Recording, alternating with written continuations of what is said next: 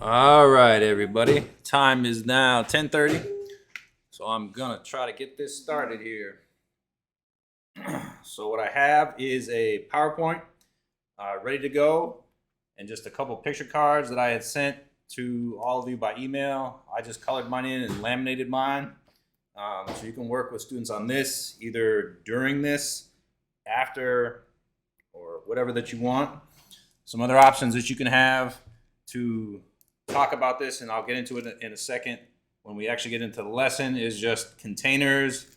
In this case, I just have some bouncy balls, but the containers and the objects that go inside of them don't necessarily matter when we're talking about space and what fits. So we're going to be talking today about some math stuff. See what I'm talking about in just a second. So we're going to be evaluating. Are all you guys ready to evaluate? Yes? Okay, good. Let's start. All right, so there's a variety of ways that the students can participate in doing this, whether that's eye gaze with the cards I gave you. It could be reaching and pointing to those same cards. It could be vocalizing or even saying the words if they're able. And hand over hand, help by you is always, that always works too. So let's talk about comparing. And we're going to be going over volume, perimeter, area, and just some basic geometry stuff. But when it comes down to size, it's all about comparing.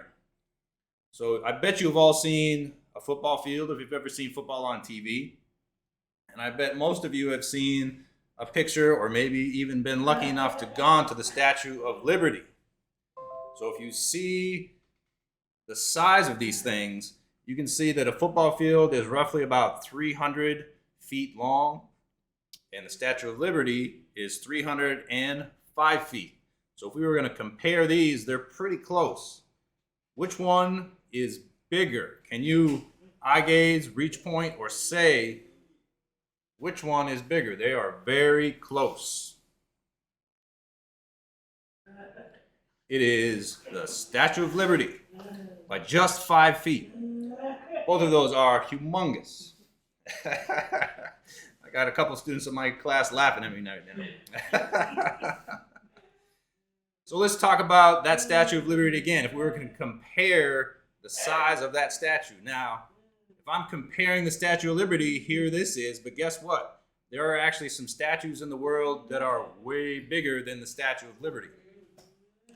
First of all, let's talk with the Christ Redeemer statue, then that's in Brazil. That's really big, but the Statue of Liberty is bigger. There's also a Motherland Calls statue in Russia, but the Statue of Liberty is actually bigger than that. But look at these other statues that are in the world. Two of them are in China, and one of them is in India. So if we're talking about perspective and comparing them together, the Statue of Liberty doesn't look very big compared to these other ones. The Statue of Liberty looks little. So let's go on to some other things and compare and see which one is bigger so far as the volume of the shape, the area, perimeter, and so on. Are you ready? Let's go. So let's talk about volume. Volume is how much something can hold inside of it. And most of the time it's measured with liquid and things like that. So if we see right here, we have a can of soda, just generic. And then we have a big bottle of soda. Which one of these is going to have more? Which one holds more volume? The can or the big bottle? Which one holds less? So you can reach and point. You can vocalize. You can just eye gaze. Which one, let's say this, which one holds less? Which one is little? It's that little can. That only has 12 ounces. This big bottle has 64 ounces. So it's that's about a little over 5 times as big this bottle is to the can. And you can see the difference in size. Some things, though, with volume, well, this one we can see is a little bit easier, too. I'm getting ahead of myself. So here we have a big bucket. Here we have a tiny little cup. Which one of these is going to hold more volume? which one of these is going to be bigger? Again, you can eye gaze, reach point, or just say one or the other. Which one is bigger? Boom, that's right. It's the big bucket. That holds more volume inside. Speaking of inside, let's talk about area. When it comes down to area, I'm going to let somebody else in here. When we're talking about area, we're also talking about inside, but we're talking about usually in square feet, square meters, square yards, and things like that. So our first object is a basketball court. If you've ever watched basketball on TV, here's what it looks like. It's 94 feet long, and it is 50 feet wide. That is the area that it takes up. Now, of course, this is not the scale. I am not bigger than a basketball court, but this just gives us a drawing representation of how big it is and the area that is inside this basketball court where the players play. Now, on the other side, I have that football field that we talked about. So the football field is 120 yards long because you have 100 yards in the middle and then the two end zones, which are also 10 yards. Then across, it goes 33 1/3 yards across. So if we're going to talk about area, which one is the bigger area and which one is the smaller area? The basketball field or the football field? Again, reach or point, eye gaze, or just vocalize which one is bigger and which one is smaller or little. Well, the bigger one is the football field. It has more area inside that shape in the basketball court. Let's go over another example for area. Here is the state of Alabama. This is the state that we live in. Here is the whole United States. And here is Alabama within the whole United States. The area inside of both of these is pretty big, but one is big compared to the other, one is little. So is that our state or is it all of the United States? Which one is more little and which one is big? Reach point, eye gaze. Which one do you think is the smaller one? Which one do you think is little comparing the two? Well, the littler one, if we're comparing, is just our state. You can see it fits right here within the whole United States.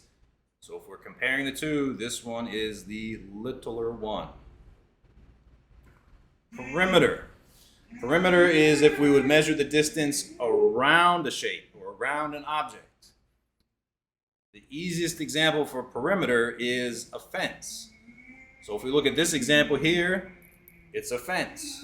And each side measures 10 feet, which is not very big, but you might have seen in somebody's yard, maybe they had a little fence for their dog to run around and play in. So a 10 by 10 fence, it's not the biggest, but it's pretty good for a dog or something like that. Here is another fence, and you can see it's 40 feet long on one side and 60 feet long on the other. So this is a much larger fence, maybe one that you might see on a farm for horses or cows or things like that, goats. Which one of these fences has a bigger perimeter? So again, you can eye gaze, reach point, or just vocalize and say which one of these is bigger. It is this fence right here. It has way more distance around that fence. That is correct. Let's go over another example. Here we have a soccer field, and this is just about as big and maybe even a little wider than a football field. So we have, it's 115 yards long and 74 yards wide. That's pretty big. Now on this side, we have a volleyball court. And this one they measured in meters. So it's only 8 meters wide, or 8 meters long and 16 meters wide. On the shapes, they look, if you're looking at the pictures, they look similar. But if we look at the actual numbers, we can talk about which one is bigger and which one is smaller, or which one is little. So can you tell me which one is the littler shape so far as the distance around the rectangle? It is the volleyball court. It's much smaller. If we had these to scale, it would be easier to see. But just by judging by the numbers, we can tell that this one is the little one. All right, we evaluated. Now it's time to predict. Are you ready to predict? Yes. Even one of my students said yes, so let's predict. All right. So we're not talking about numbers, but we're just looking at the shapes here. So I have a blue triangle and a purple circle. I want you to predict how many of these circles do you think is going to fit inside of this triangle? And that circle is almost as big as my head. How many of my heads can I fit in this triangle? I don't know. Do you think it's 1 circle, 3 circles, or 5 circles? Predict. How many of these circles do you think will go into this triangle? Again, you can eye gaze, reach point, vocalize, or say, how many of these circles do you think that'll fit in there? Let's look and see. Aha! If I look right here, I got to go this way. I can fit 3 circles in that triangle. So 3 is the correct answer of how many that can fit there. Let's go over another example. I switched the shapes up. Now I have a blue circle and a yellow triangle. How many of these triangles do you think can fit inside this circle? Do you think it's going to be 1, 3, or 5? How many of these triangles are going to fit into this circle right here? Let's look and see. Oh, I see a triangle in here. And the correct answer is just 1. That triangle's pretty big. It fits almost right inside. That's the only amount that we could fit in that circle. All right, here we go again. I have a green circle and some orange squares. How many do you think can fit into this circle? You think it's just 1? Can I fit 4 of those squares in there? Or can I fit 5 of them? How many are going to go inside this circle? Let's look and see right here.